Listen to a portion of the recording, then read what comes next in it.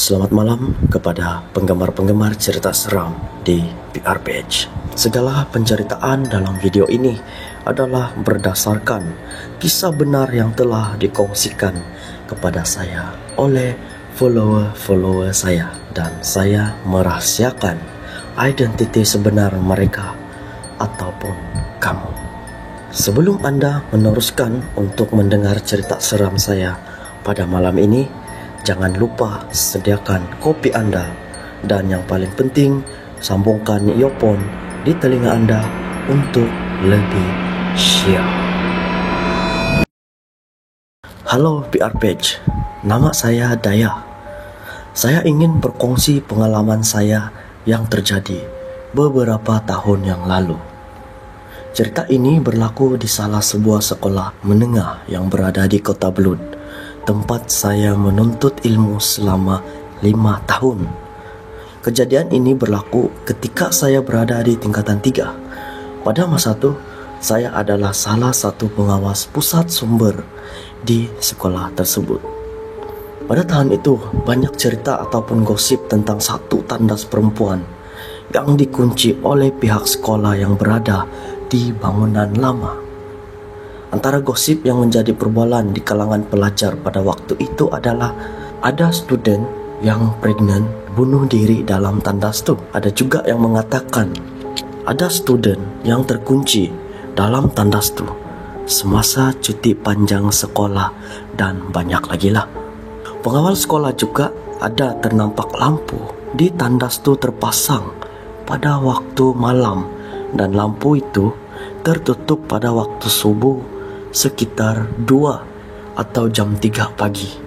Ada juga yang pernah mendengar suara-suara perempuan yang menangis dalam tandas itu, dan bunyi air terpasang di dalam tandas itu juga.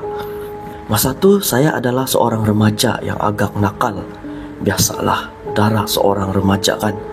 Saya tidak percaya dengan perkara sedemikian. Hanya kawan rapat saja yang faham dengan perangai saya. Pada masa itu, perasaan ingin tahu sangat kuat tentang cerita yang tengah hangat itu. Kebetulan pada minggu itu saya bertugas untuk menjaga perpustakaan pada waktu pagi. Sekolah kami ini ada 2 sisi. Jadi pengawas perpustakaan sisi petang akan dijadwalkan menjaga pada waktu pagi, dan pengawas perpustakaan pada waktu sisi pagi akan menjaga pada waktu petang. Saya ingat lagi, hari itu adalah hari Kamis. Saya bertugas menjaga perpustakaan bersama kawan rapat saya yang bernama Mia, dan satu junior kami yang bernama Tasha. Malam Rabu sebelum hari Kamis itu, saya terfikir untuk mencari tahu tentang tandas itu. Jadi saya plan untuk membuat sesuatu di luar jangkaan saya. Saya pun kemudian FaceTime Mia pada malam itu.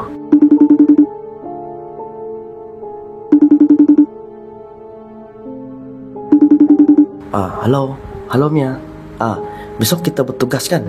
Jam berapa kau jalan? Oi, halo. Tidak tahu lagi, mungkin awal jam 8. Sebab daddy saya ada meeting di KK besok. Mami saya masih lagi di Singapura, so terpaksa lah saya ikut daddy saya. Kau jam berapa jalan besok? Oh, kita sama-sama lah. Saya datang awal juga nanti. Takut ada hantu yang kasih kawan kau di library itu kalau kau satu orang. Saya mempermainkan Mia sambil saya ketawa-ketawa. Gila pokoknya Jaya. Janganlah cakap begitu, nanti betul-betul kita juga kena kacau tuh, jawab Mia sama saya. Saya dan Mia nih lama sudah rapat dari sekolah rendah lagi. Jadi dia faham bila saya main-main. Biarlah, besok saya plan mau pergi tingkat 3 di tandas tuh. Saya mau tahu betul kah tidak aura di sana tuh negatif. Saya tidak percaya nih kalau saya tidak rasa sendiri. Mia pun menjawab dengan nada yang tegas. Kau nih Daya, jangan buat kerja gila. Kita tidak tahu apa yang ada di sana. Manalah tahu kan apa yang orang cakap-cakap di sekolah tuh betul. Sebab lama sudah pula tuh tandas tuh berkunci. Lek Mia, tiada juga tuh. Iyalah, kita jumpa besok. Jangan lupa bawa tugasan kumpulan yang Cikgu Veron suruh kita buat. Besok kita bentang kan?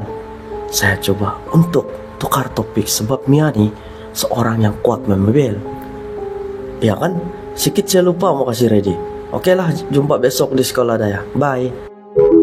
Selepas saja kami end FaceTime, saya susun jadwal untuk esok dan ready-ready untuk melelapkan mata. Tapi pikiran saya masih kepada cerita yang tengah hangat. Tiba-tiba saya berpikir, apa jadi kalau saya cebar tu benda? Macam-macam sudah dalam pikiran saya pada masa itu. Perpustakaan sekolah kami ini di tingkat 2 berhadapan dengan tandas yang berkunci itu. Cuma tandas tu berada di tingkat 3. Imajinasi saya terbang tinggi sudah. Apa akan terjadi kalau saya teruskan plan saya ini? Tapi saya tetap dengan pendirian saya mau pergi sendiri. Saya berpikir sampai saya tertidur. Pada masa itu, pagi itu saya dikejutkan dengan bunyi alarm tepat jam 6:30 pagi. Saya pun ready-ready untuk jalan pergi sekolah. Masa itu abang saya mau jalan sudah pergi sekolah. Dia ini sekolah pada sisi pagi punya. Daya, tolong buat tu bekal saya. Kau buat tugas kan nyari? Kau hantar sejak pergi kelas ya, oke? Pesan abang saya. Masa itu dia lambat bangun, jadi mungkin dia tidak sempat mau kasih ready bekal. Bah, mana sudah kelas kau tuh? Saya tanya abang saya, sebab saya tidak berapa ingat kelas dia di mana. Blok E, kelas 5 Kamboja, di tingkat 3 sebelah tuh tandas berkunci tuh, jawab abang saya. Lalu dia pun jalan ke sekolah selepas bersalaman tangan dengan mama saya. Selepas sarapan pagi, saya pun berangkat ke sekolah. Jam menunjukkan sekitar jam 7:50 pagi. Saya tunggu si Mia nih di pagar sekolah. Tidak lama kemudian, Mia pun sampai. Dan kami pergi membeli sedikit makanan di kedai runcit berhadapan dengan sekolah untuk kami makan semasa bertugas di perpustakaan. Semasa naik ke sekolah, kami terserempak dengan Tasha Junior yang bertugas dengan kami pada masa itu. Hai kak, kamu datang awal, sapa Tasha kepada kami. Hai Tasha, ya lagipun kami ada tugasan yang kami mau kasih komplit sedikit, jawab Mia. Oke kak, nanti kita jumpa di library Saya ambil kunci di bilik guru dulu. Cikgu Hana ada pesan dia simpan kunci di atas meja dia, kata Tasha kepada kami. Bah, kami tunggu sana sajalah. Terima kasih Tasha, jawab saya pula. Lalu saya dan Mia pun menuju ke perpustakaan. Sesudah sampai di perpustakaan, mata saya memandang ke arah tandas yang berkunci itu. Perasaan ingin tahu saya datang, dan dalam pikiran saya pada masa itu tidak sabar untuk saya meneruskan plan saya itu. Mia, tengok batu tandas. Saya mempermainkan Mia. Kau ni Daya, indah sedap hati saya bila saya tengok sana. Macam saya dapat rasa sesuatu pula, kata Mia pula. Kenapa Mia? Tanya saya. Tiba-tiba Tasha datang. Dia tidak sempat jawab soalan saya masa itu. Lalu kami pun buka kasut dan buka kunci pintu, lalu masuk ke dalam perpustakaan sekolah itu. Kami simpan barang-barang kami dan mula untuk mengemas kawasan dalam perpustakaan. Selepas kami siap mengemas, kami pun duduk di meja depan. Saya pun kemudian membuka cerita. Kamu tidak curious kah pasal tu tandas atas tu? Saya tanya kepada mereka. Tasha hanya diam. Lalu Mia menjawab, kau ni Daya tidak habis-habis dari malam tadi lagi. Kalau saya tidak, sebab setiap kali saya tengok sana lain perasaan saya ni, macam ada something. Kalau kamu tahu saya ni jenis yang boleh rasa benda tu ada, cuma saya tidak nampak benda tu, jawab Mia. Lalu dia sambung, kau ingat gak Daya masa kita camping masa sekolah rendah? Saya cakap saya rasa lain masa mandi di tanda sekolah. Malam tu tiba-tiba ada orang kerasukan Yan, tanya Mia. Lalu baru saya teringat kejadian itu. Ya kan? Kau rasa apa sana atas Mia? Saya bertanya untuk puaskan hati saya pula. Something lah bah, susah saya mau cakap. Sudahlah tu Daya, marilah kita buat tugasan kita. Tidak lama lagi sesi pagi rehat nih. Nanti ada sini yang masuk kita tidak dapat buat kerja lagi, jawab Mia. Masa tu Tasha hanya berdiam dan tunduk membuat kerja dan merekod catatan. Astaga Mia, saya mau antar bekal abang saya pula. Sikit saya lupa, nasib kau cakap pasal rehat. Kerja apa kamu? Saya antar dulu di kelas abang saya di atas. Saya pun mengambil bekal abang saya dan keluar dari perpustakaan. Semasa memakai kasut, mata saya nih tajam menuju ke arah tandas itu.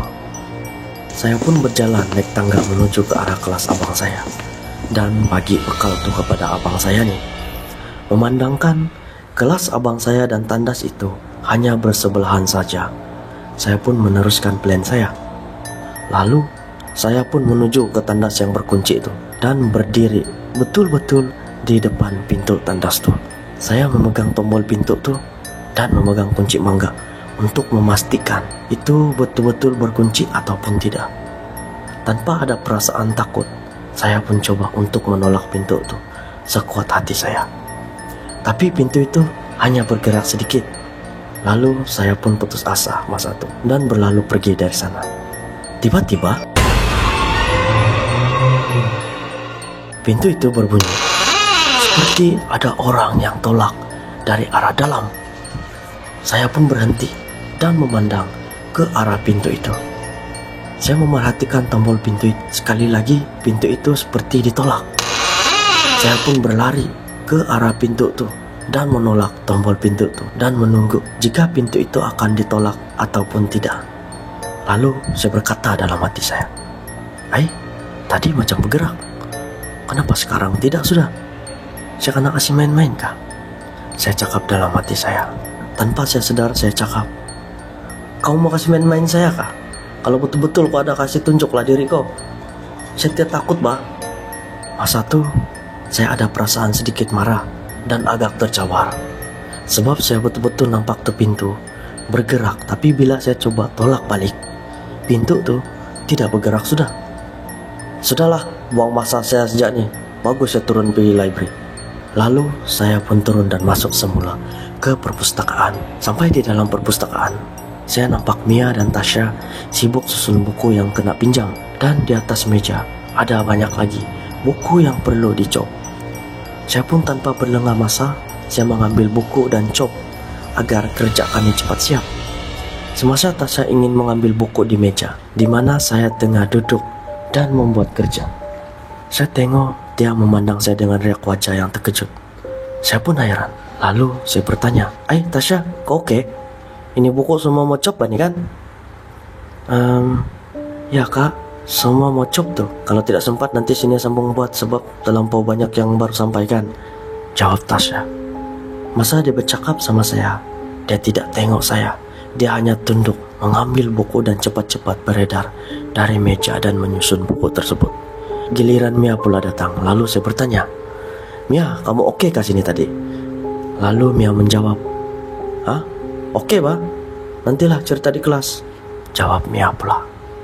Kami pun meneruskan membuat kerja sampai habis. Kami pun meneruskan membuat kerja masing-masing sampai habis masa untuk bertugas.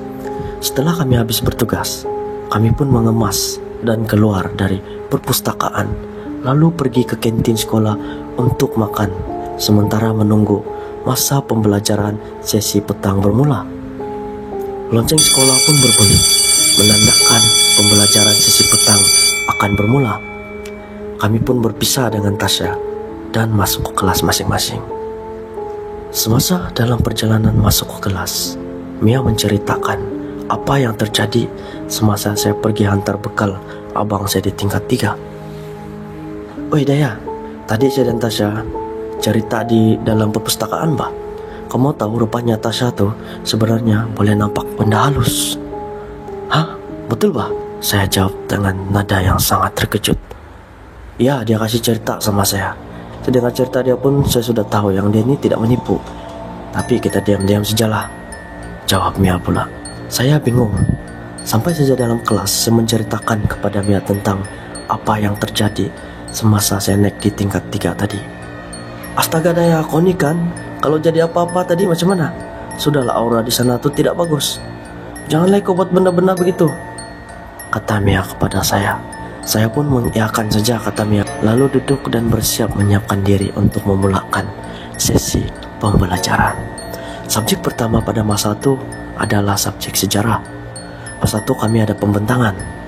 Kami kumpulan kedua. Selesai saja pembentangan daripada kumpulan kami, tiba-tiba ada 2 orang murid mengetuk pintu kelas kami.